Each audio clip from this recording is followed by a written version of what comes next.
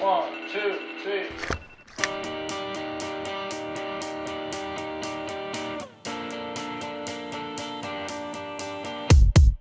You couldn't imagine the sadness that happens when you're driving alone. There's nowhere to stop when you're crying. The radio is carrying you home. It's hard to stay focused, so close to the ocean. Let the wind take control. You never would notice. Remember what it felt like when you left me.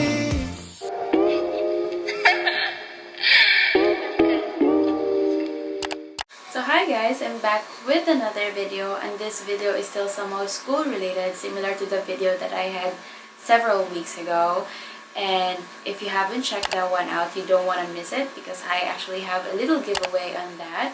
But anyways, the reason behind this school related videos that I have been doing lately is because school is the only thing that I'm so focused about while stuck in quarantine. And of course, other than spending time with my family and making sure that we are all safe.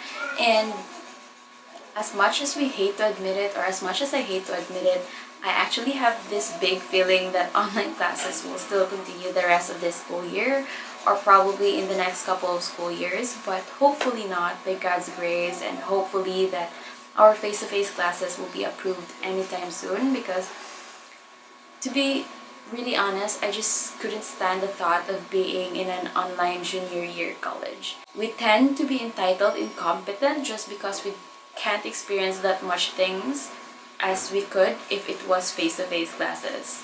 And personally, for me, that's partly true because for me, online classes just compromises so much of our learning. But that's kind of the situation, and that's the reality that we're currently in. So we gotta accept it, we gotta embrace it, we gotta be grateful for it, that somehow we still have this way of learning despite all the things that's happening.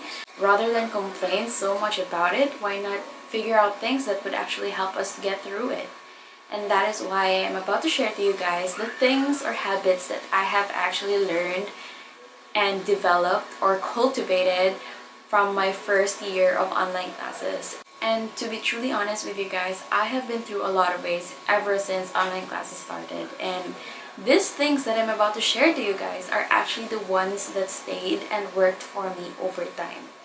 But guys, always take note that whatever works for me does not necessarily mean it works for you as well. Of course, you know more of yourself, you know more of what you're capable of doing, so whatever I'm about to share to you guys are actually just a bonus of what actually works for you. So without further ado, let's get into the video. So there are actually 7 habits that help me survive or go through online classes, and first of which is by waking up early. I didn't mean 5 a.m. early or 6 a.m. early. What I mean is an hour or an hour and 30 before your first subject of the day starts. Through this way, you would have enough time to prepare yourself, do your stuff without rushing everything. Because rushing and running after time will just stress you out, and that's not a good way to start your day. Personally, for me, my mornings really matters to me because it just sets my mood throughout the day. If I start my morning stressed out and rushing, most likely I would feel grumpy and less motivated, and I would just want to slack off all day because I was too tired and I was too uncomfortable. Whereas if I wake up early, I would be able to calmly prepare myself for class, I would be able to have my breakfast, and basically do things at that very moment at my own pace. And that just sets the right mood for everything. So if you want to end your day right, consider starting it right as well. So the next habit is to get yourself ready for the day. This is actually one of the things that I love doing in my mornings. I know at the very start of online classes, people would tell us to get ready as if you're actually going to school, and for me, it just doesn't work at all. It just stresses me out and it just makes me uncomfortable. So what I do instead is just merely take a bath and freshen up a little bit, put some makeup on. My makeup just consists filling out my brows and putting on cheek tint and lip tint, and I'm already good to go. And afterwards, just put on some fresh new clothes. You don't necessarily have to dress up too much, considering that you will just be behind the camera. In our case, from time to time, we will be asked to wear our school uniforms, most especially in our major subjects, so there's no reason to really dress up too much. As long as you're presentable, then you're already good to go. Through this way, you will just feel motivated. And guys, taking a bath in the mornings just give you that boost of energy. Somehow, taking a bath is like a substitute to having a coffee. That's one tip if you want to lessen your caffeine intake within the day. So the third habit is through exercising regularly. You don't necessarily have to do it every day, most especially that not every day we students have time for it. Before, I used to push myself to really exercise, and I really tried hard to squeeze in this exercise session within my schedule, and to be honest, it just didn't work. It just made me hate exercising a lot more, which shouldn't be. Exercising should be therapeutic, calming, and through exercise you would feel fulfilled by doing it. And if not, then you're probably doing it the wrong way, similar to what I had experienced. Now what I do is to exercise during my free times, or in the weekends, or in the days that I don't have classes. Through that way, I have more control of the time, so there's no reason for me to rush things, and I won't feel forced to do it. I really suggest exercising as regular as possible, because this is actually very helpful mentally for you to like think of yourself for a moment and just forget about the things that has been stressing you out lately. So the next habit is to plan your day, your week, or your month beforehand.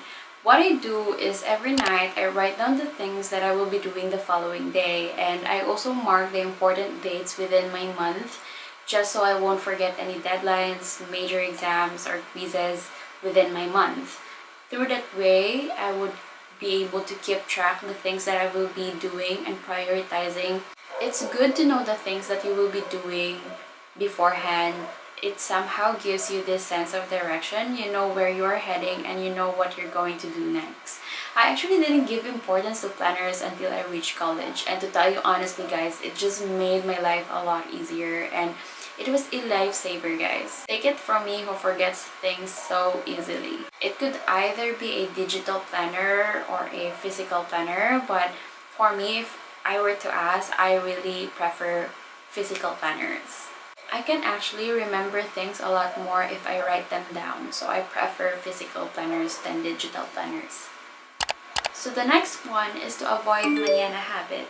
This is actually in relation to the previous habit that I just shared a while ago. And you just don't merely end on the planning phase. You don't just merely plan your day, your week, or your month, and that's it. You have to commit to it. You have to do things as planned. Otherwise, if you miss one thing, everything will pile up, and that's the time cramming and stress would come your way. Been there, guys, several times, to be honest with you. So basically, you just have to make use of your time as much as possible. This would help you free up some of your time in the following days, so your days wouldn't be that packed, and this would actually help you have more time to focus on other important matters. I am actually very guilty about this next habit, because it's not all the time I will be able to do it, and it is through setting a time limit. I have this tendency of extending my breaks without me noticing it, and this usually happens if I have this series that I'm so caught up to and I just feel like binge watching, or if I have these new games that I enjoyed so much that I just lose track of the time, or probably I overslept. And later on, I just realized that everything that I should be doing within the day are already piled up, which then leads me to doing it very late at night, which would result to lack of sleep. So it's somehow a domino effect. It's actually not depriving myself from doing the things that I want to. Of course, there is a time for that, but not when it's not supposed to be. If you have your day already planned out, then better stick to that. Usually, I give myself a 15-minute break between my study periods just to rest and wake myself up. When I set a time limit, it enables me to balance everything, and it enables me to finish everything as planned without the reason to rush it. So the seventh and the last habit is to have a day off for yourself. It's always good to have something to look forward to at the end of the day, or in my case, I always have something for myself at the end of the week. It could simply just be a movie night, or a pamper day, or a day with my family, or simply just by grabbing foods that I have been craving for. Basically anything that would make you feel a lot better and feel rewarded after a very tight week. When we were still in online classes, we always look forward to the weekends just so we could stay at home, rest, and wind, or just go out and give ourselves some day off. And imagine now that we are already doing our classes in the same place that we're supposed to be resting and giving ourselves some time. That's tough. At first, I was really having a hard time to differentiate or separate my studies from my personal life.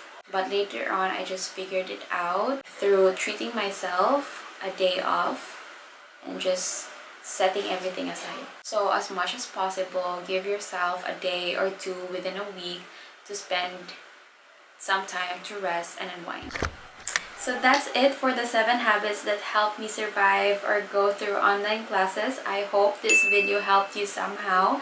I would love to hear your ways in handling online classes if you have a couple of it, so we could just help each other out. And with that being said, I hope you enjoyed this video, and I hope to see you in my next one. Bye!